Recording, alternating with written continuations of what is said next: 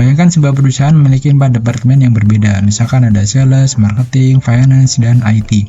Pertanyaannya, apakah semuanya harus menggunakan switch sendiri-sendiri untuk mengakomodir komunikasi setiap divisi tadi? Kalau iya, berarti kita harus siap dengan biaya yang mahal ya. Dan apakah ada solusi lain untuk menghemat terkait dengan biaya yang tadi? Tentu saja ada. Jadi kita bisa saja menggunakan satu switch yang sama untuk mengakomodir kebutuhan komunikasi di masing-masing divisi dari perusahaan tersebut. Tentu saja dengan konsep seperti ini nanti akan lebih hemat dan lebih mudah dalam pengelolaannya. Akan tetapi harus teman-teman sadari bahwa perangkat yang digunakan ini adalah switch dan dia perangkat yang bekerja di layer 2. Artinya apa? Bahwa nanti setiap klien itu dia berada dalam satu broadcast domain yang sama, sehingga tidak bisa kita bedakan berdasarkan divisi yang dimaksud dalam perusahaan tadi. Nah, solusinya seperti apa? Berarti kita harus terapkan VLAN di dalam switch tadi. Bagi teman-teman yang belum mengetahui VLAN itu apa, jadi pada prinsipnya VLAN itu adalah sebuah mekanisme untuk memecah dalam satu switch itu memungkinkan untuk kita bisa membuat beberapa broadcast domain yang berbeda, sehingga sangat memungkinkan nanti dalam satu switch yang sama itu kita bisa pecah menjadi beberapa kebutuhan komunikasi yang berbeda ya. Dalam konfigurasi ini berarti nanti ada VLAN 10 khusus untuk PC yang berada di divisi sales, kemudian VLAN 20 nanti untuk PC yang berada di divisi marketing dan seterusnya. Tentu saja dengan konsep ini akan lebih aman dan broadcast domainnya juga akan lebih terkontrol. Nah, itulah keunggulan dari VLAN. Adapun nanti desain topologi yang akan coba kita praktekkan adalah di sini kita mempunyai sebuah perusahaan ya, company, kemudian di company itu nanti ada beberapa divisi yang kita akan coba pisahkan tapi hanya menggunakan satu switch yang sama. Dan kita akan coba terapkan itu di Cisco Packet Tracer ya. Adapun topologinya kurang lebih seperti ini. Jadi nanti kita akan konfigurasikan beberapa VLAN yang berbedanya ini dalam satu buah switch yang sama. Nah, nanti apakah PC yang ada di VLAN 10 ini ya, kemudian kita coba ngeping ke VLAN 20 ini akan bisa terhubung? Nanti coba teman-teman jawab di kolom komentar ya. Oke, kita langsung saja untuk mulai konfigurasinya ya. Di sini kita langsung buka aja switchnya, kemudian kita coba masuk ke CLI-nya ya. Kita mulai dengan enable configure terminal. Nah, di sini kan ada 4 VLAN ya, VLAN 10, 20, 30, dan 40. Nanti kita bisa coba mulai dengan menambahkan masing-masing VLAN-nya tadi. Mulai dengan VLAN 10, kemudian kita kasih nama sales gitu ya, kemudian VLAN 20 kita kasih nama marketing, kemudian VLAN 30 kita kasih nama finance ya, kemudian VLAN 40 kita kasih nama IT. Nah, untuk mengecek VLAN yang ada di switch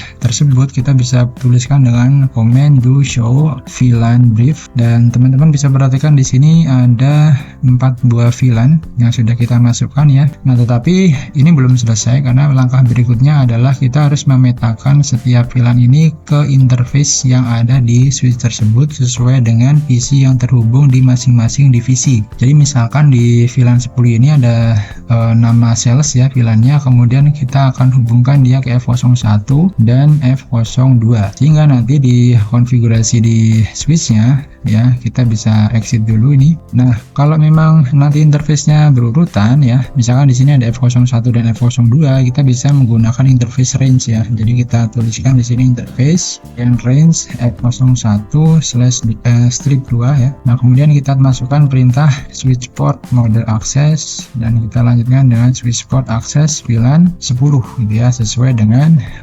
pemetaan dari interface F01 dan F02. Kemudian bisa kita exit ya, ataupun sebenarnya juga ini tidak usah di exit pun nggak apa-apa ya. Jadi kita lanjutkan saja dengan interface range. Kebetulan ini juga berurutan ya. Di VLAN 20 marketing ini ada F03 dan ada juga F04 ya, sehingga kita bisa gunakan interface range F03/4 ya, kemudian switch port mode access VLAN 20 gitu ya. Kita lanjut di VLAN 30 ada finance ya, ini mulai dari F0567, berarti kita bisa saja interface range F05/7 switch port mode access VLAN 30 ya, kemudian interface range F08 sampai dengan 10 ya, 8 sampai dengan 10 sama switch port model access switch port akses VLAN 40. Nah, kalau sudah, kita coba verifikasi lagi dengan perintah do show VLAN brief ya. Dan teman-teman bisa perhatikan di sini bahwa setiap VLAN dengan ID yang sudah kita tentukan tadi, dia sudah mempunyai keanggotaan sesuai dengan pemetaan yang tadi kita sudah lakukan. Nah, berikutnya adalah tinggal kita berikan IP di masing-masing PC-nya ini. Kita mulai dengan penggunaan IP 192.168.10.1 di sini ya. Nah, kita biarkan default subnet max-nya ini karena kita menggunakan kelas C. Kemudian ini saya copy saja. Kemudian yang PC 2 kita kasih IP ya. Ini 10.2, subnet max-nya default saja. Dan lakukan ini di semua PC yang ada ya. Dengan kita bedakan setiap PC-nya menggunakan IP yang berbeda. Ini titik 4 ya. Kemudian yang ini 10.5, ini 10.6, ini 10.7, ini 10.8, ini 10.9, dan yang terakhir ini nanti kita berikan IP 10.10 gitu ya. Nah, setelah kita berikan IP di masing-masing PC, berikutnya kita tinggal menguji saja untuk setiap koneksi yang berada di VLAN yang sama itu harusnya bisa terhubung ya. Kita coba lakukan ping dengan menggunakan ini bisa ya. Kita coba klik di sini, kemudian ke sana PC 2, pastikan successful.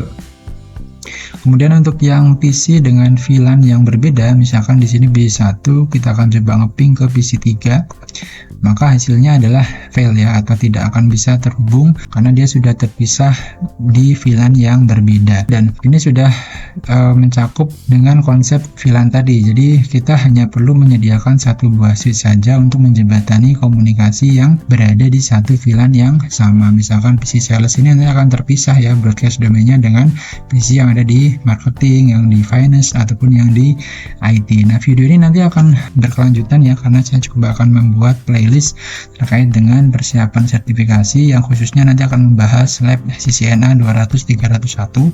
Jadi pastikan teman-teman semuanya nanti bisa terus mengikuti kelanjutan dari video ini. Maka dari itu silakan, apabila video ini dirasa bermanfaat, bisa di subscribe. Oke, mungkin cukup seperti itu saja untuk video kali ini ya. Semoga bermanfaat. Sampai jumpa di video berikutnya.